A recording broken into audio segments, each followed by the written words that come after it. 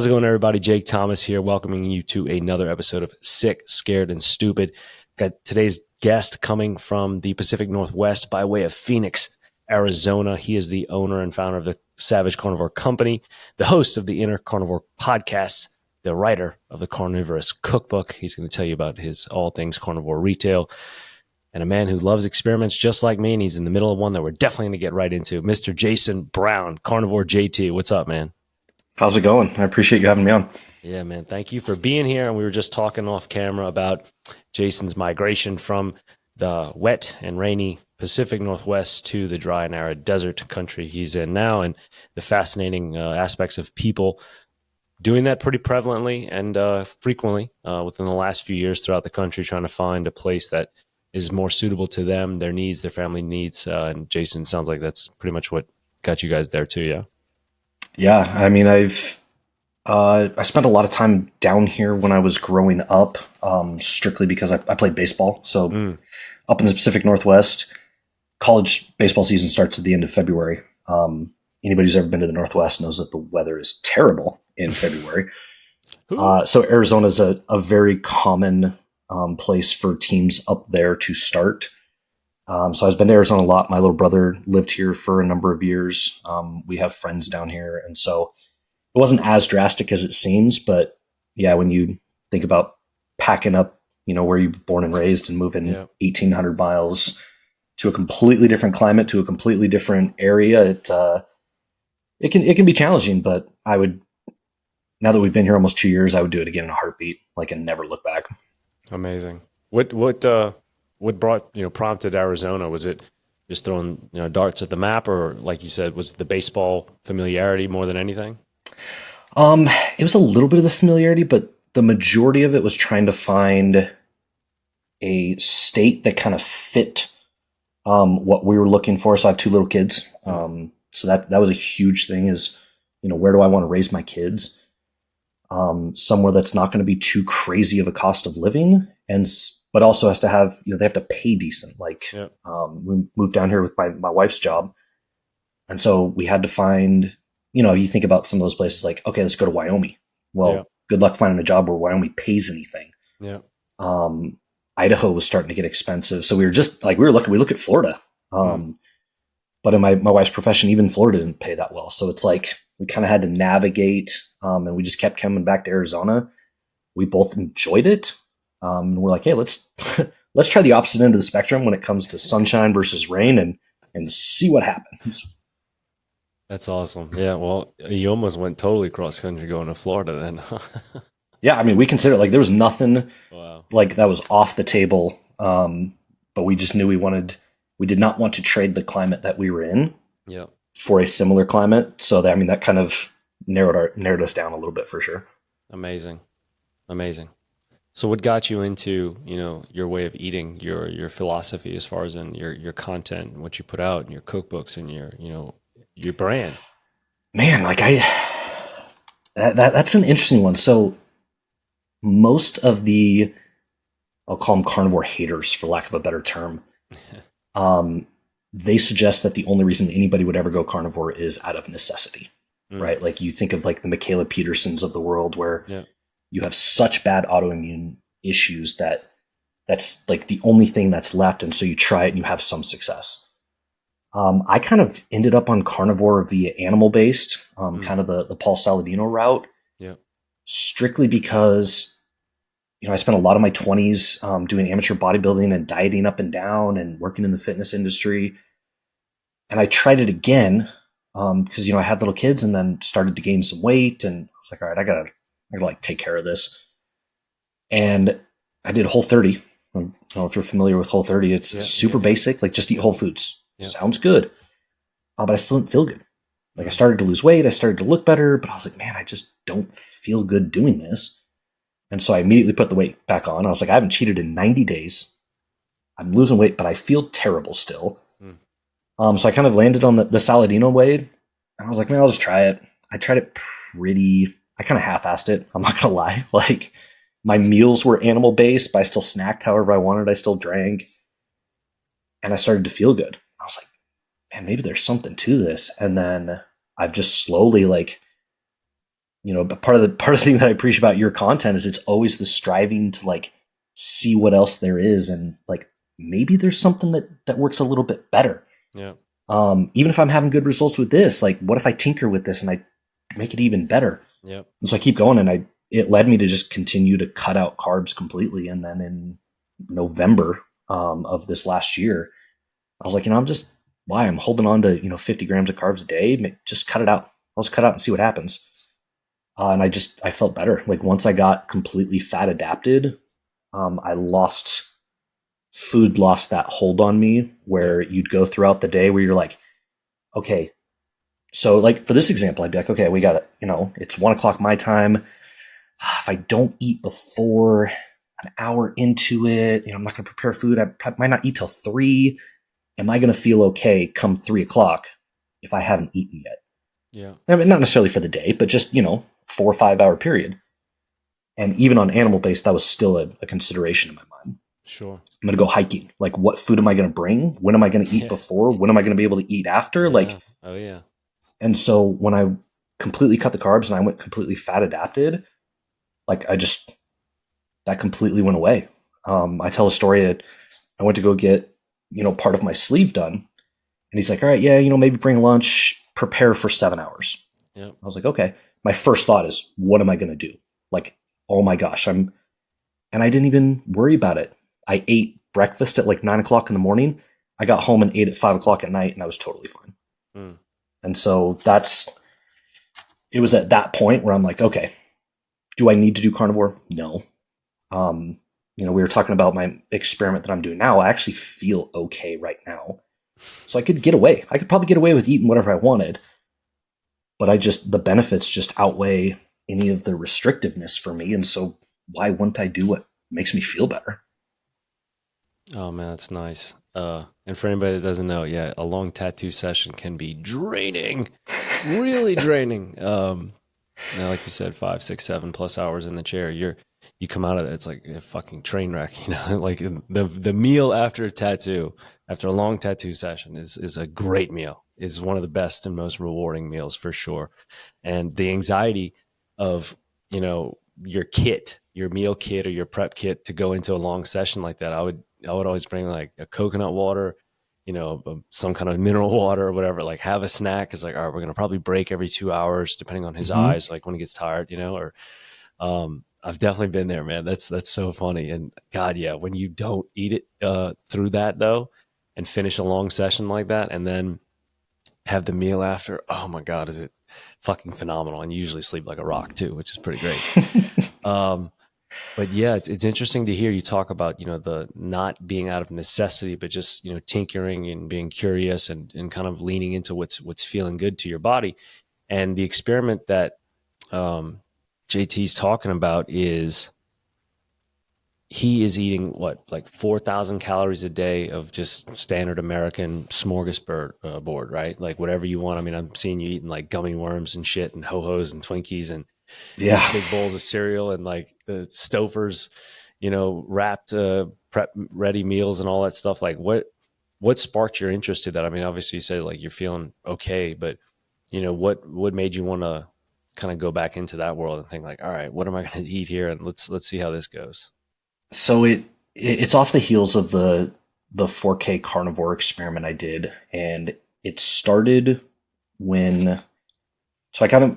I honestly, like, I got a traction on social media, especially Twitter, against vegans, right? Like I was very popular with vegans for a while on Twitter.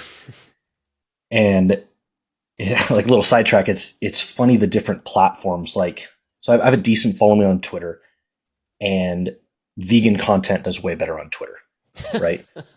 But vegan content on Instagram's terrible. Like nobody likes it.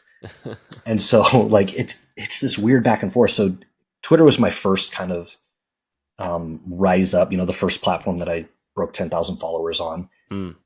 But I just got bored with vegans. I was like, man, like, these arguments are just brain dead. And so honestly, like it started getting into calories in, calories out guys with Instagram, which Instagram loves that. So my first thought was, okay, it's not even the calories in, calories out, is I have a problem with the people who say a calorie is a calorie. Like I have a fundamental problem with that, especially when you're telling people who are inevitably overweight that they can eat whatever they want. I'm like, okay, like that's what I want to address. So I was like, okay, I honestly don't know what it's going to happen, but I'm going to force myself to eat as much as I can. I'm going to do, what you would tell a typical person, right? So your average American who's overweight, they go online for information. How do I lose weight? Okay, well, first thing you got to go to a daily, total daily energy expenditure calculator and figure out how many calories you burn a day. Okay, go do that.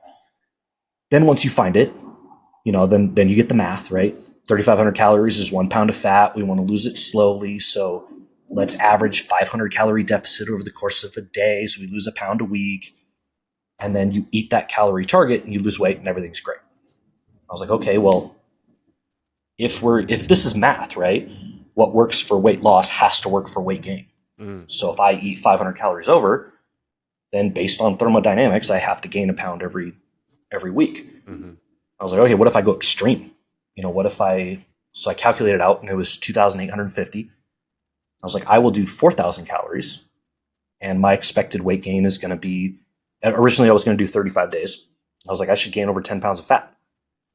And I was like, I honestly don't know what's going to happen. I don't think I'm going to get fat, but let's see.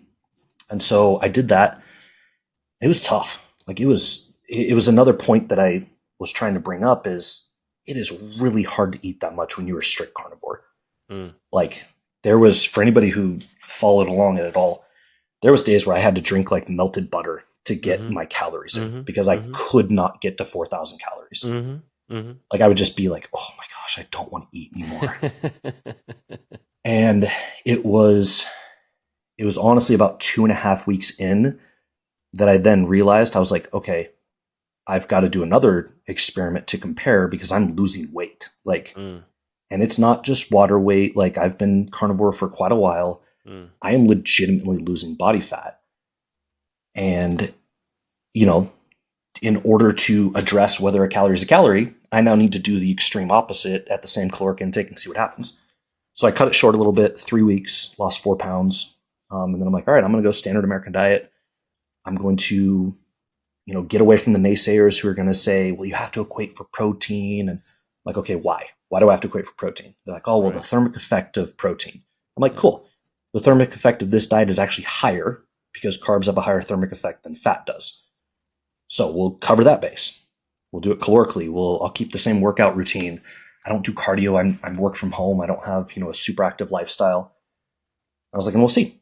And we'll find out whether, one is comparable to the other. So I never really intended to do the standard American. I didn't really want to, but I kind of felt that if I was going to, truly let's look at, whether the food that you eat matters, that it would be a good comparison. And so I'm 11 days in now. Today's day 11. I actually haven't gained as much as I thought I was going to. I'm up, I think, 4.5 pounds in the first. I expect I will gain a little bit more, but it just shows like the complete difference, not only from a mental standpoint, but also a physical standpoint. Like this is easy to eat this much. Like I had to stop myself from eating last night because I was over my calories. Yeah. It's 8 o'clock at night and I'm like, oh man, I got some more, right? And I'm pulling up my Fitness Pal and I'm like, I don't have any more. Like I gotta wait till tomorrow. And, and 8 o'clock in the morning rolls around and I'm hungry. Like I'm starving. I gotta eat. Yeah. Whereas carnivore, 1 o'clock in the afternoon rolls around and I'm like, I should probably eat, it's probably be good for me. Yep. What, are you looking at those numbers like when you're later in the day and you're almost topped off with the standard American, let's say you're close to 4,000, are you still like, damn, I'm still hungry? Or you're just like, oh, how about that? I'm already close to it. Or are you still like, fuck, I could eat some more? So it's this weird, like, and this is what I really want to like bring together at the very end. And it's going to take like a full on like podcast episode, like a solo podcast to get all my thoughts out. But with the standard American, like you are really fighting your hormones.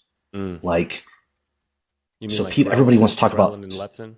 Yeah, like everyone wants to talk about satiety, right? Like, oh, the satiety score. And I'm like, no, you don't understand true satiety until you have that interaction of leptin and ghrelin. Yeah. Like when you have your leptin going and it says, hey, we're good, that's a whole different level. Like that's, I'm in the middle of a steak and I eat one bite and I go, I'm done. Yep. Like I don't care that I have 3 bites left. I am done. I don't want to eat anymore. Yep. Whereas on the standard American diet, like I'll crush, 2,000. My first meal was In-N-Out. It was 2,000 calories. Nice. I crushed it. And then I'm like, I'm not hungry, but I could eat more. Mm-hmm. Like I'm in this weird state of it's snacking. Like I don't snack on carnivore ever. Yeah.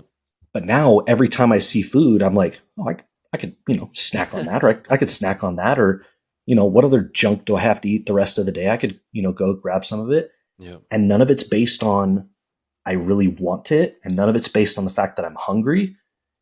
It's just this weird, like, my body's like, hey, yeah, eat a little more. I don't know why, but it's just eat. So it's really weird. And I think people just become like it's normal, right? It's normal for people to eat, right? It's the dessert thing, right? You eat your main meal, you're full, but then people go, I could go for some dessert. I could fit it in there. Yeah. I'm like, no, that's not satiety. Like when you actually are satiated, nothing in the world sounds good. Yeah. Like there is no food that I want to eat in order to keep going. Yeah. Oh God, that's so funny when you say that about I could fit it in, like, hey, did you save some room for dessert, right? Did you, the famous question, did you save some room for dessert? And it's so true, Jason, what you're saying about having to almost force the food down as a strict carnivore to gain weight, like 100%. 100% it's much more difficult. Like I always use the example of, let's say we're going to the movies, we're going to see the new King Kong, Godzilla or something. Let's go check out the cinema. And to Jason's kind of point about like being able to eat more and just plow through stuff. Jason and I both go to the cinema. We each get a large popcorn because we're selfish and we're not going to share. And we drown it in butter. I'm getting Sour Patch Kids and Reese's Pieces because I'm going to put the Reese's in the popcorn. I'll probably get a pickle on the side. My friends used to hate that if they'd sit next to me in the cinema because I'd get a pickle. And they'd be like, dude, fucking pickle, really? So we got the large popcorn, drowned in butter, Sour Patch Kids, Reese's Pieces. I don't know if you want like Whoppers or Milk Duds, whatever, go for it. And then we each get a big old icy, the biggest one they got, mixed with Coke and Cherry Coke together because I love the swirl. Now, the shitty part is we're going to finish that before the previews finish, usually. So we're going to have to paper, rock, scissors for who's going to go get the second round at some point in the film. Hopefully it's during a lull, in the story. And then afterwards, we're like, hey, I'm pretty hungry. You want to go get a pizza?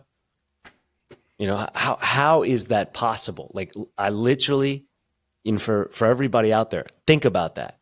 Between the large popcorns that we just had, all the candy, the ices, whatever we got at, intermission, that's like, we're talking 3,000-4,000 calories right there.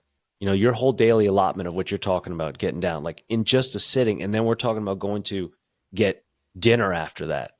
And then after dinner, maybe we go get drinks. And after drinks, maybe we go get a nightcap somewhere with late night food. How is that possible? Or for y'all to think and listen to, how could that be possible? That's the question. Juxtapose that against, here, Jason, here's a plate of pork chops. See how far you can get. And to anybody else out there, you're going to, 90% of people, you're not going to get past 1.5 pounds. I'd say at 2 pounds, you're in like rare air for anybody. And I love running this experiment with people. And I usually do it at a barbecue shack with brisket, fatty, moist brisket. And watching people, big guys, burly boys, think they can take food down. I'm like, all right, I'll bet you tap before 3. And most of them tap before 2. Because when that real satiety kicks in, that real dose of leptin kicks in, and the ghrelin is just nowhere in sight because you are not hungry. This is about utility now. This has nothing to do with pleasure. This is pure utility. And that hormone is going, stop. Like, we're good, to where you're sick. You take another bite, you're going to show us what you just ate, in a sense. It's just so uncomfortably full. And it's really interesting to hear you talk about, being able to finish that delicious In-N-Out meal and be like, I could eat a little bit more. But that's the peril that, 70% of Americans face, for the 70% of them that are just debilitated by what they consume by way of those processed foods and refined carbohydrates and calorically deficient things. And a question to you that I like to think on, and I've asked some people, do you think obesity is more about overconsumption or more about malnutrition? So I think this is a really good one. Like, this is a chicken or the egg, right? I absolutely think that. So I like to pose it two ways. Yes, there's an overconsumption, because if you have enough willpower, you can eat pretty much whatever you want, and as long as you can restrict yourself, you can lose weight, or you can stay in shape, right? It's it's the old adage that everybody goes to, the Twinkie diet. Or like, I ate Twinkies all day and lost weight. The dude ate 1,800 calories. Yep. Like, the dude literally starved himself. Yep. So yes, but that's a tough battle to fight day in and day out. Like, that's a losing battle. That's an alcoholic who puts alcohol in every room in their house and has to look at it all day. Yes, you can stay sober, but man, what are you doing to yourself right now? But I think we get to that problem of overconsumption because of the lack of nutrients we're getting. Like, and that's part of what I wanted to like bring to light when I was doing that 4K carnivore, and you talk about like tapping out. Probably half of the days, if not more. So of the 21 days, over half of the days, I would get to 6, 7, 8 o'clock at night, and I would still have 900 calories left. And I'm like, I don't know what to do, right? And so I coined it. I need to patent it. It's called the JT Fuck It Shake. And it was literally, I have from Prime Protein, I have their beef isolate, which is one ingredient. Yeah. Great product. Don't recommend the taste. Doesn't taste that great. I would put that with some kind of raw milk or raw kefir, and then I would just melt however much butter I needed to hit my calories. And there was a couple where I'm legit 5 tablespoons of butter in this thing, and I just down it because that's the only way I can possibly get my calories in. Yeah. And so when I think about it that way, like, if you eat the foods that you're supposed to, it is so hard to overconsume. So hard to overconsume. And this is not to go against everybody who says, well, I got fat eating carnivore. Yeah, once you're metabolically unhealthy, you have a whole bunch of other stuff that you have to worry about. Yeah. But if you were healthy, before you got fat, you were probably healthy. If you were eating the right foods, it is so hard to get to a point. Like, you have to force yourself to get to a point to where you are over-consuming enough that you now start going down this path of, all the issues that happen with obesity. Yeah. Oh yeah. I mean, I love what you're talking about, the calories in and calories out, and understanding the difference. I'll use the example of a Coca-Cola diet, right? Like, let's say, I think a 20-ounce bottle is like 250 calories. I could be mistaken. So for all the critics, it's even a little bit more. I only know that. I only know that because I bought the 16.9 ounce Mountain Dews. Oh, God. And they're 240 calories. Like, oh God, it's painful. It's horrible. How Mountain Dew is still a thing is amazing to me. I mean, like, can the American Dental Association of all people, not boycott that shit? Jesus, or maybe they don't, because they stay in business because of it. In one of these, if I were to drink this in Mountain Dew, that's 130 grams of sugar. So 240 calories, you called it 16 in the 17 ounce. So okay, 17 ounce. Okay, so 20 ounce, like you said, is more. So pushing 300. 275, 300. God, yeah. Damn. All right. So by that logic, let's say, for the sake of simple math, the TDEE is, and that's total daily energy expenditure, like Jason pointed out earlier. Let's say the TDEE is 2750. Do you honestly think drinking 10 bottles of Coca-Cola would be a good idea? Or let's say your TDE is 3,000 and you want to cut weight. You want to get into a calorie deficit. So you're going to drink 10 bottles of Coca-Cola a day so that you're 250, you're at a half pound per week deficit. That's what people will do. They'll say, hey, a calorie is a calorie. It doesn't matter where it comes from. And they'll do like a 200 calorie. They're like, this banana of 200 calories is the same. And I'm like, okay, Now do it with, and that's what I do. I could do it with 4,000 calories. Yeah. Like you tell me that you eating 4,000 calories from a bag of sugar, because that's what started it too. It's a huge fitness account, right? 700,000 followers. He's like, I'm going to show you guys that you can lose weight eating sugar, and he's straight eating sugar out of a bag. I'm like, congratulations, you can restrict the rest of your diet, and you can, work out enough in order to still lose weight. Spot test this, yeah. Fantastic. Now do it with 4,000. Right, and you tell me that you're going to lose weight like I did. Yeah, I'll put $10,000 on it. Let's go. Ooh, I love that. There it is. There, 10 grand on the line, folks. 10 grand on the line if you think you can lose weight on bullshit. A calories in, calories out guy. I did this. I posted a video. I said, he was saying how easy it was, and I was like, okay, $10,000 if you can tell me what your calories out is accurately.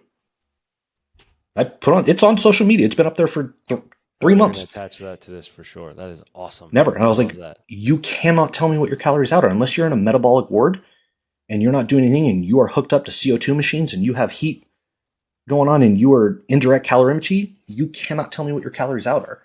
The only thing you can do is 2 weeks down the road, you can say, well, I ate 3,000 calories and I lost a pound, which means my calories out must have been 3,100 or 3,200. Yep. Like, cool, you can retrospectively give me a summarization of what happened. That helps me not whatsoever. Yep. Yeah. I mean, that's a great example. I love how you've illustrated that again with, okay, cool. Tell me about 4,000 though. Because anybody can compare and say, well, it's 500. The donut's only 350 calories. So what's the difference between this and, the piece of steak? Well, there's a lot difference. But again, expand on that times 10. And I even did one. Can work out the same. Yeah, I even did one with the calories a calorie. And I was like, okay, if a calorie is a calorie, then eat this firewood. People are like, that's not a calorie. And I was like, put it in a bomb calorimeter and you'll find out it is. Yeah. It absolutely is a calorie. They're like, well, we're talking about food. I'm like, okay, find me in the definition of a calorie where it says anything about food. Well, that's what we're talking about. Okay. So it's still not a calorie because if you take, and then I did milk. And I'm like, milk and gluten. I said, you go take gluten to somebody with celiac disease. 2,000 calories of gluten is not 2,000 calories to them because guess what? They're not going to break it down. They're not going to process the same. Same with milk. You find somebody that's lactose intolerant, they're not going to break it down. Yeah. So, and then the answer is, oh, well, it's only the amount that you absorb. So tell me where does that number come from? Right. You can't tell me what you absorb. So and then it's thermodynamics, right? I'm like, yeah. Whatever. It's a lot of asterisks. You start off with a very overarching but correct statement, but then it's, but this and that. No, but it's got to be like this. And you're like, all right, how many constraints are you going to try to put on this? I'm simply saying that they're not the same. Can we just not agree to that? Because it's the truth. But it's well illustrated and clearly very well documented by you. I definitely want to pull that post up of challenging the guy for 10 grand. That's awesome. Did he ever get back to you or say anything? Oh, he got back to me, but completely ignored it. He completely, when he's like, oh, studies show this and studies show that. I'm like, bro, I literally just offered you a $10,000 bet on social media. Like, it's not like we did it in DMs or something. I literally posted this. Like, tens of thousands of people have seen this, and you're just completely ignoring it. Yeah. Man, raise money together, take the bet, lose, and each of you get $5 grand. Like, who cares? Nobody knows what's going on off camera. Do the Floyd Mayweather deals, like, right? Geez, buddy. Well, so how do you think the current experiment's going to go and like play on? Obviously, like what kind of longevity? Like you talked about doing it for 35 days, eating 4,000 calories of standard American diet, 4,000 calories a day of standard American diet with a lot of junk food. What kind of longevity do you see going into that? I mean, you said you're on day 11, you've picked up 4 and some odd change pounds. Let's say by the end of this, you're up 12 pounds total. You think that would be like a logical sequence of a logical sequence to continue gaining at that rate? And then how would you feel from it? Like, how do you currently feel? What do you, kind of symptoms been, and any notes thus far? So like, it's weird. And it's like, this is where it's like, it's going to take like an entire like podcast of rambling to kind of get this out. But there is I can feel my like dependence on food coming back, right? Which in and of itself is a little disconcerting because I would never claim that I had a problem with food or a bad relationship with food or a food addiction. But doing bodybuilding, like I spent a lot of my 20s carrying around Tupperware, like knowing where my next meal is going to come from, right? Like you plan your day around food. Yep. I'm going to wake up at this time. Like you wake up, like if I have to be there at 7, I got to wake up by 5:30 so I can eat, so I can, all of these things. And I feel that coming back, right? Because I can't go that long without eating. Like, my son's got a soccer game, and on carnivore, I'm like, yeah, whatever, I'll just eat afterwards. Yeah. On this, I'm like, will I be okay? Yeah. Right? Because there's nothing worse than getting that like start to shaky, like you feel a little, you're like, oh no. And then you're like, man, I'm in for a bad time. Like this is anxiety. Yeah. And so there's a little bit of that. But there's also the roller coaster, right? Like I drink the Mountain Dew and I'm like, woo, like I feel good. And then I'm like, I don't feel so good. And then you eat something else and you're like, okay, but I feel okay. And then you just go through this like roller coaster and I'm like, man, the highs don't outweigh the lows, because then in the lows you're like, what am I doing with my life? Right? And then you start like getting in your head and you're like, man, this is weird. Like I don't. And on carnivore, it's just like this. Steady. Yeah, steady as she goes. And, when people are like, oh, did you get more energy? I'm like, I just don't have variations of it. Luckily, I'm still sleeping okay. So that hasn't been a big negative. But as far as, so I'm going to match this one. I'm going to do this one 21 days, just like I did the last one to match up. Yeah. I honestly don't think anything over, I think anything much past that, I would start going down a snowball. And I think once you hit that tipping point, it just goes fast. Yeah. Right. Because, how many people have woken up and been like, man, I'm 30 pounds heavier than I was. Like, how did that happen? Yeah. And when you're healthy, it almost takes a lot. Like, I mean, I'm seeing a little bit of changes, but I still can see my abs. Like, I'm not worried that I'm, fat all of a sudden. And I'm, I've eaten 45,000 calories of just junk, like just terrible food. And then you kind of get this feeling like it's going to last forever. Like, yeah, I'm healthy. My body will be able to handle it. Yep. And then you hit this point, and then all of a sudden, like you start feeling worse. And so then you move less, and then you don't want to work out. You skip workouts, and then you don't sleep as well. And it just cascades. And then all of a sudden, in the first 2 months you gain 10 pounds, and then the next 2 months you gain 30 pounds. Yeah. And then it's just like game over. So longevity, like I would not want to do this longer than a month. I don't want to do it for a month anyway, but I think anything after that, I would start to, see some real negatives. I'll be interested. I'll do another metabolic panel in insulin and blood glucose afterwards. Nice. The insulin is the one I'm really curious about. My fasting insulin is 1.6, right? And so my blood sugar was 79.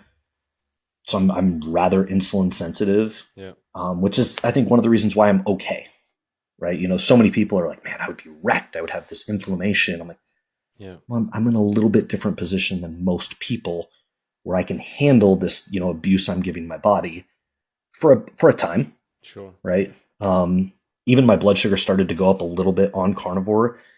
It was also in the 70s when I started, and when I ended, it was low 90s, which is not a high number for me. 80s to low 90s is pretty common, but it was interesting to see like my blood sugar start to go up, and I'm like, okay, sure. I think if I keep going on carnivore, I'll start to see some negative effects just because I'm force feeding myself all of this food that I don't need. And so that one will be interesting to see. And then it'll give me a better idea on, what does the role of insulin play in storing fat versus burning?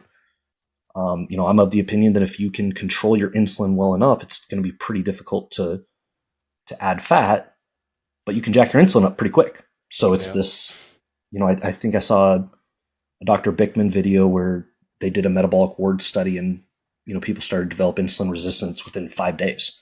Wow. So it can be pretty quick, and then once you do that, then it's just good luck. Yeah. Yeah. Because now you're trying to outkick the coverage of something that runs a lot faster than you do. What Yeah, it's so funny when you're talking about living with the meal preps and ready to go trays and constantly thinking about food, bodybuilding world. I 100%, man. 100%. It consumes you. I can remember being on tour with clients in New York, walking around and having a protein shake in my backpack. And hey, we're checking out this apartment, and like, hey guys, go ahead and make yourselves at home. I'm gonna just jump in the washroom real quick and freshen up. And like I get in there, and just like chug this thing, like oh thank God, like to get it in. And it's like oh I've been wondering when I was gonna be able to do that for like the last hour and a half. Fuck, like I missed my eating window, and I'm like oh shit, like to never think about that anymore is just awesome, like so great. But now when you're talking about being back in that kind of peak and valley wavelength, it's like, fuck, like I get what you mean, man. I know that's tough, and God bless you for putting yourself through this because it's a challenge. Is there anything you're enjoying though? I mean, besides the obvious pleasure inducing effects of what you're consuming are engineered to do. And I'm sure there's some, hey, Fruit Loops taste good. Like, yeah, like Twinkies taste good. Yeah. Is it hard for you to juggle that as far as in the pleasure versus utility? Because like there's got to be part of you that's like, man, this shit's fucking terrible. It's, like the scientist, the objective, person that's evaluating this based on its utility or matter of fact compared to what the pleasure center is receiving. Are you having like these little devil angel kind of things going on while you're, eating? Um, at first, because I'd been so strict for so long, but honestly, like even going back to when I gained weight, so I was never that heavy. I was 215, which when I'm not working out is about 25 pounds heavier than I need to be. Mm. Right now I'm 195. So, but I've started working out again. So even when I did that, my meals were always solid.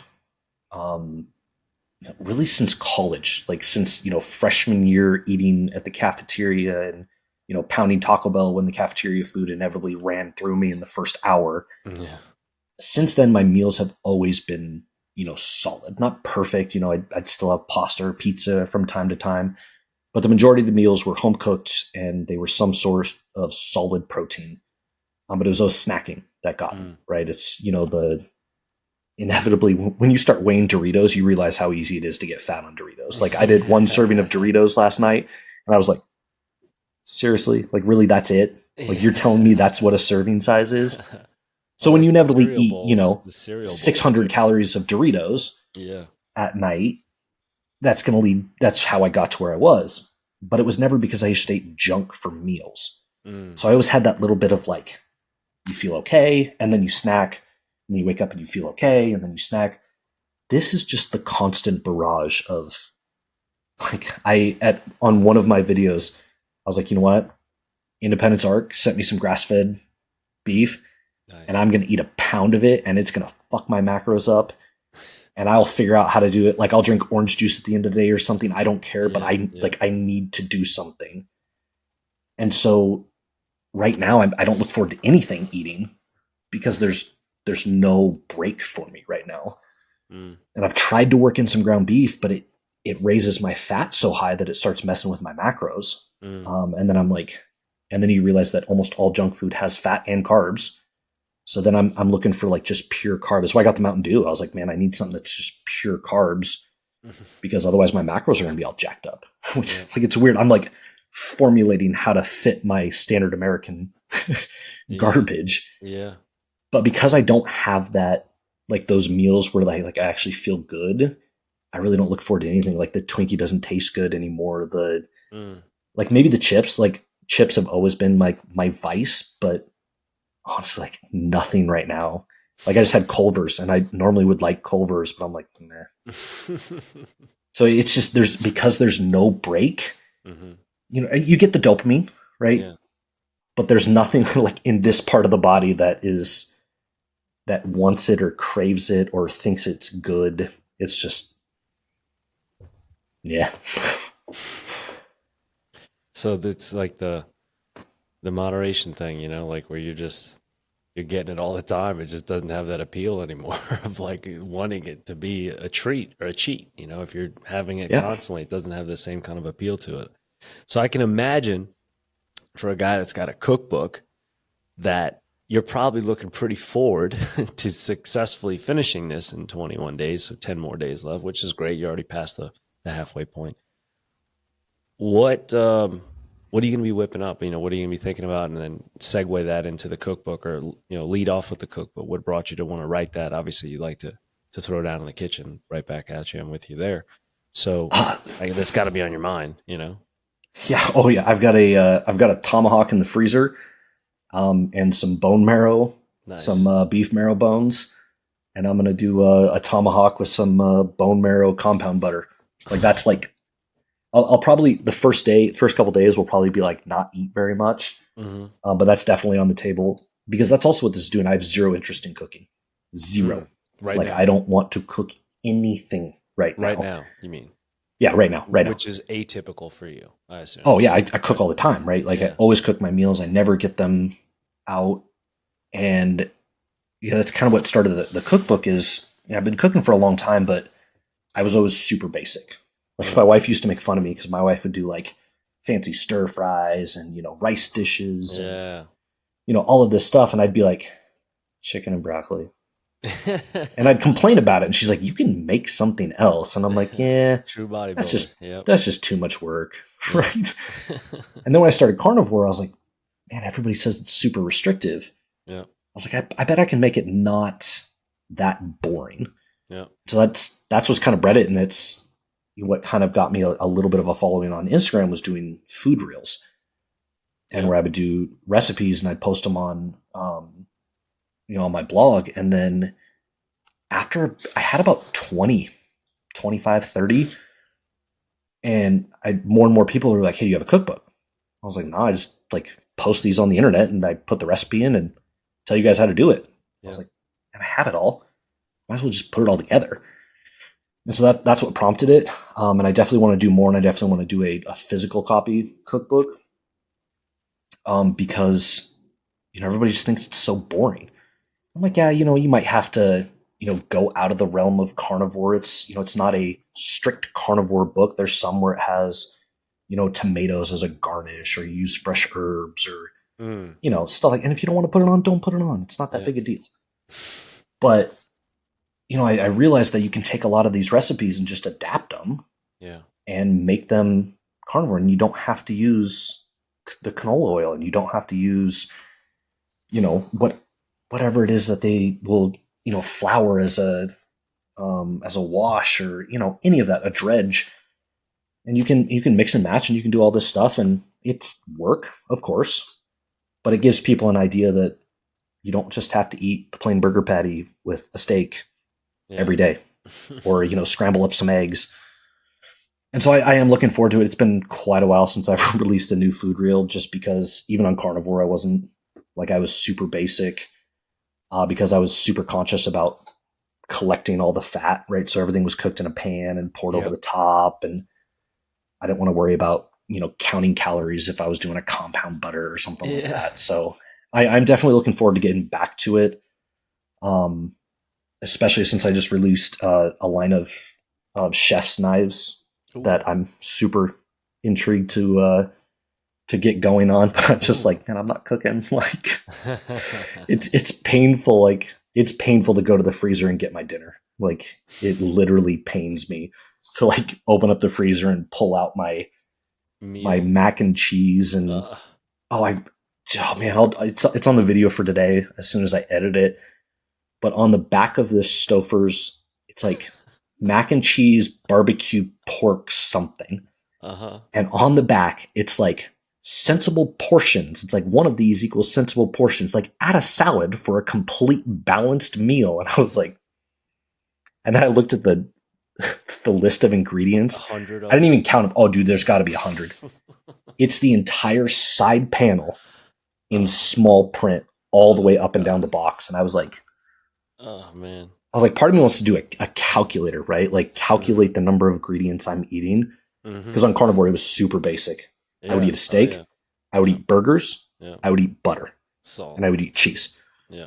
Right. So I'm under 10 ingredients for the entire day. Oh, that'd be a fun metric to track, the median ingredient amount, you know? It's like, yeah. So I think I'm going to count that. Yesterday's video, I did the cost breakdown. Nice. Where it was actually cheaper to eat 4K of carnivore than it was to eat. What's been your daily expenditure on that, cost wise?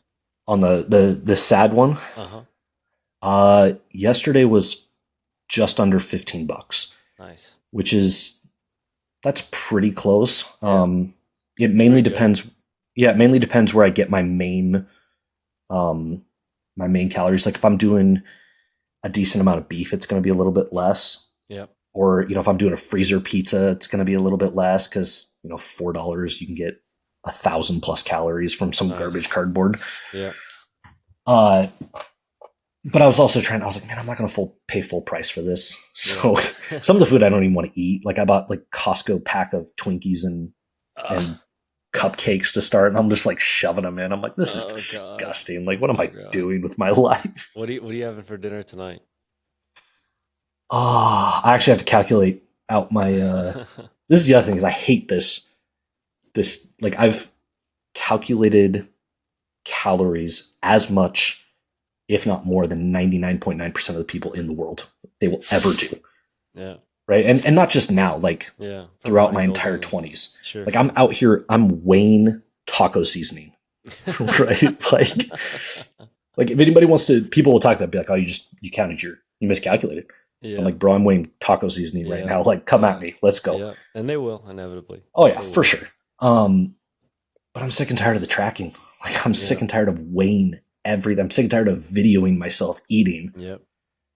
And I'm just excited to get back to eating when I'm hungry and eating till I'm full and then not eating again. If I eat once a day, cool. If I eat twice a day, cool. Yeah. If I eat twice and then eat a little bit of cheese at the very end, cool. Yeah. But I'm don't want to be stuck where I'm like, okay, I weighed out the food. Now I have to eat it. Yeah. Like I'm not going to try and reverse calculate how much I didn't eat in order to track this properly. So if I weigh out a 20-ounce steak, I'm damn well eating the whole steak because I'm not going to try and figure out what portion I didn't eat. Sure. So I'm over that part. I'm just completely over the calculating. Well, man, again, hats off to you, dude, because this is it's definitely it's funny how here we are juggling between trash and treasure, or pain and pleasure, and this is the state that most people live in, man. You are getting to see it through a very fortunate lens, very detailed, meticulous lens. But to still, like you said, not have satisfaction or pleasure, or like not be looking forward to what you're eating because of how it makes you feel compared to, how other food makes you feel and the relationship you have with it, the intimacy that's involved with preparation, the gratitude, and then the appreciation that comes with it. And then to not have any of that, like, yeah, that's a conflicting sense of feelings for sure, man. Like, you're getting these dopamine hits like you talked about, yet you're not enjoying the experience. It's not the same as the real foods would give you. I think it's fascinating to hear. And I compared cool about the knives.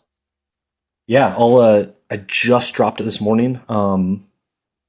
It's these dope Damascus steel blades. They're super cool. Definitely plug that in the show notes for sure. Yeah, I'll send you the little promo video I did for it.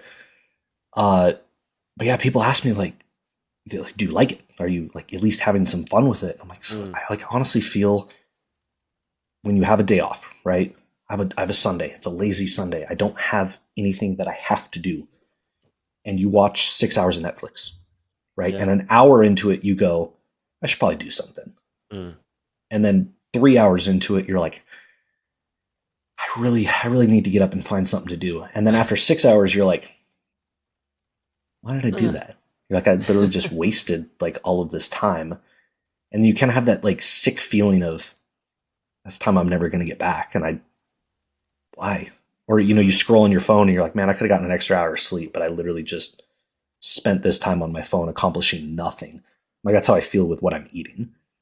It's like I eat it and I'm like, was that really worth it? Like, I don't know. And then you get to the end of the day and I'm like, man, why did I eat all that food? Like, I mean, I know why. Like, I'm doing it for a purpose. It's not like I'm just going off the rails, but that's literally the feeling that I get. And I'm like, it's just normal for people, and people just go, yeah, whatever, it's okay. I'll be good. I'll be good next week. Yeah, man, that's a trip. So what's next? What's upcoming for you? Obviously, you get 10 days left here. See it through to the finish line, and then are you thinking about what next experiment you might do, or yeah, so the knives, or obviously getting more content out? What's upcoming? I want to do a washout period and kind of get back to my normal. I want to keep like a loose idea of what I'm doing, to kind of see what I eat, right? Like, how many calories do I actually eat when I only eat when I'm hungry, or I'm not going to be super meticulous, but I'll get an idea, see what I do over a couple weeks. But then I want to do the exact same thing I'm doing right now, but do it from an animal-based perspective, and do much more enjoyable. Oh, way better, right? Like, I'm gonna have to calculate how to get that many carbs, just from pure like fruit and honey and that kind of stuff. But I can help you with that for sure. yeah, and so what I think what I'll do is I'll just I'll have steak and burgers for my fats. Yeah. Eat a bunch of fruit, have some honey. Yeah.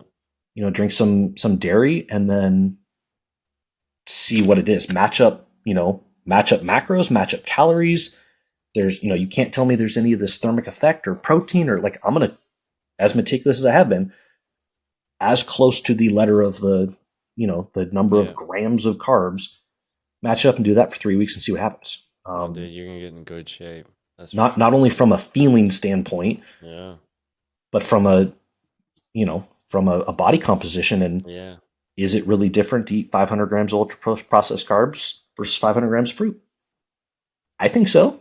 Right? Like, I have some hypothesis, but it's so much easier when you can say, here it is, side by side. Yeah. Go watch my videos. You can see every piece of food that I ate, which is funny because I had people like screenshotting my videos and be like, you had a sleight of hand right here. You didn't eat that cheese. And I'm like, bro, I ate 84,000 calories over 21 days, and you are talking about 50 calories right here. I also like your stitch with the mirrors of yourself, where you're talking to yourself. That's really cool. I just learned how to do that one, and I'm like, oh man, like, those are really neat. Yeah, so I think that's next. And then I don't know, like, this. I enjoy this because I think you'll share the sentiment. When I have a particular plan or goal, it's much easier for me to stay on task. Yeah. When I'm just like, I'm just eating carnivore. Yeah. That's when I get like a day where I have a cheat meal, or have a cheat day, or I have a couple cheat days. Yeah. Because I'm like, I don't have a goal. Like, I'm not trying to cut right now. I'm not trying to bulk necessarily. I'm just like existing with my diet. And that's when I'm like, whatever. Yeah. So it's much easier for me to have, if I'm doing 21 days of this, I'll stay on it. Like, that's not a problem for me. If I decide I'm going to do 90 days of carnivore to document and track it, I can do 90 days without slipping up one time. Yeah. Like, it doesn't matter what food you put in front of me, because that's what my goal is. So I'll probably come up with something, just because that's like the bodybuilding state, right? Like, it's when you have, when you finally pick a show date, singular it's focus. So much easier to stay on task. Yep. 100%. Well, man, I really appreciate the time today, Jason, and for everybody else, the man behind the Savage Carnivore Company, the host of the Inner Carnivore Podcast, the author of the Carnivorous Cookbook, and now the blacksmith behind some badass Damascus steel chef knives. I'm definitely going to check those out, and I'll have everything listed for you guys in the show notes with all the links. But today's guest, again, thanks so much, Jason, Carnivore JT, Mr. Jason Brown. As always, I'm your host, Jake Thomas. This is another episode of Sick, Scared, and Stupid. We'll see you next time.